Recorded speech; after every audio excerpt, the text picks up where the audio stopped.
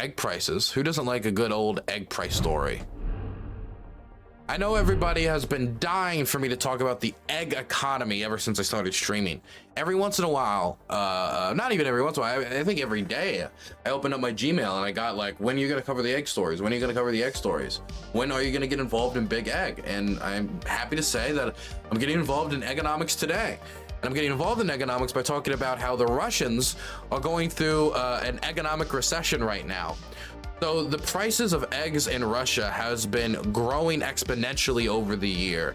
It started early on, but it has proceeded to get worse and worse and worse and worse month after month after month, no matter what the government seems to be doing in response. They can try to slow it down, but the prices are still increasing. And earlier this month, Putin did apologize for the price of eggs increasing. So there seems to be an acknowledgement from the government there's a problem, and already a general acknowledgement of the population that there's a problem. Got a tier 2 subscription.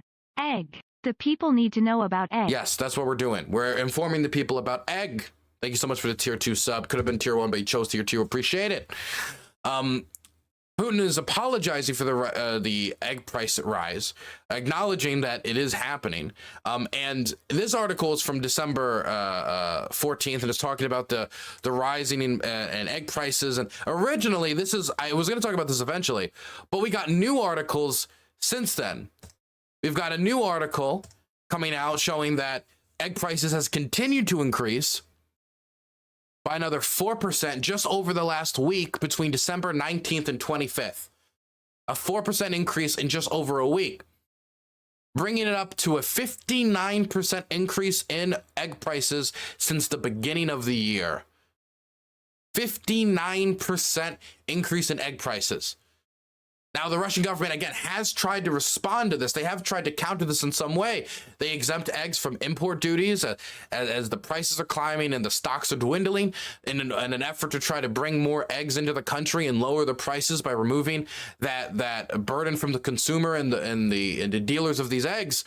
But at the end of the day, that didn't help that much. That decision was made before the other recent price increase, and the egg prices are only continuing to increase. There's a chance we're going to be seeing over 60% price increase of eggs by the end of 2023, in the next 3-4 days. Over 60%. Now, I just wanted to put this out there because I see people talking about the Russian GDP and how it isn't decreasing right now. The Russian GDP is slow. It's not doing great, but it isn't decreasing. And a lot of people have taken that to mean that the Russian economy has weathered sanctions reliably well and everything's okay. I would say that is not the implication you should take for that. The reason why is that the Russians, even though they have had a lot of their foreign reserve currencies frozen and they're now possibly going to have it seized, we're going to talk about that story later in the day. They have had all these companies pull out. They've had all this labor pull out. They've massively increased government spending to the point where military spending is now exceeding social spending. I mean, they've gone from spending, I think it was like 2.9% on military spending to 6% of their GDP on military spending, which is 3 times what the standard, well, not the standard, but what the requirement is for NATO membership, by the way. Even if the majority of our partners are not making that standard, only 7 out of the 30 alliance members even hit the 2%. So this is the difficult problem for Vladimir Putin. There is other good economic indicator. Sorry, I got thrown off by the 7 out of 30.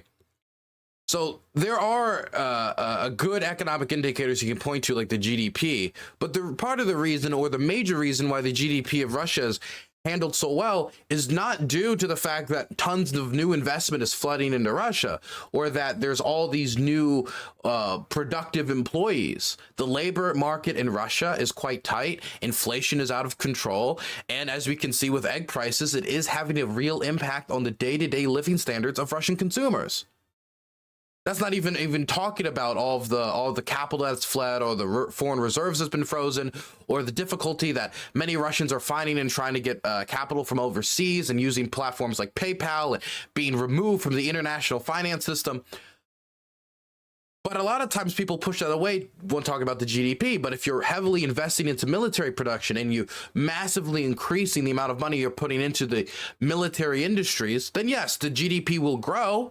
But then when the war ends and that spending ends because it's too expensive for the government to maintain, that GDP is going to take a massive hit.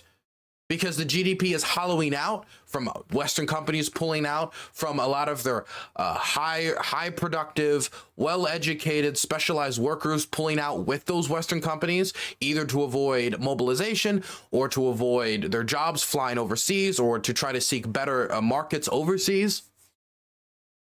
This is not going to spell great things for the Russian economy in the long term, but that's the long term. What about the right now? What about the right now of the Russian economy outside of the long-term impacts of the Russian economy that are not going to be felt for years after the war between Russia and Ukraine is likely over? Well, this is the now. It's the egg prices. And I think one of the clearest ways to show that this is having a negative impact on on Russian society is the assassination story. And let me see if I can pull this out quickly. I accidentally hit the wrong thing. The rising price of eggs in Russia is no laughing matter. I said it like an Italian. Egg king Gennady Shreviev, the owner of Vorozhiv region's largest producer, survived an apparent assassination attempt last night. Several shots were fired into his vehicle, but none hit them. Here's his vehicle with the bullet holes that smashed the window. Russia is having egg price related assassination attempts due to a 60% increase in price in egg prices over 2023. Egg price related assassination attempts. Gotta say, not a good economic indicator if people are picking up guns due to the price of the egg market, considering eggs are a very good source of protein for the Russian public. A source of protein that, is necessary for them to stay healthy and feed their families. But even if the state of the egg economy is terrible for the Russian consumer, that it's leading to assassination attempts and it's absolutely awful, that doesn't mean that while the Russian government acknowledges there's some problem, that doesn't mean that Russian society at large has completely acknowledged that problem, especially when we're talking about state media. For example, on Russian state media, and I'm not going to play the whole segment because the whole segment's like 5 minutes and 30 seconds, and most of it's not about what I'm about to say. But during this segment, they bring on economists to talk about the egg problem, to talk about the increase in egg prices, and et cetera, et cetera, et cetera. And what he did is just said, look, if you can't get the eggs, then why don't you just switch to beef? Brilliant. Brilliant, brilliant, brilliant. Brilliant. Oh, food prices is high? Just buy other food. No worry. No worries.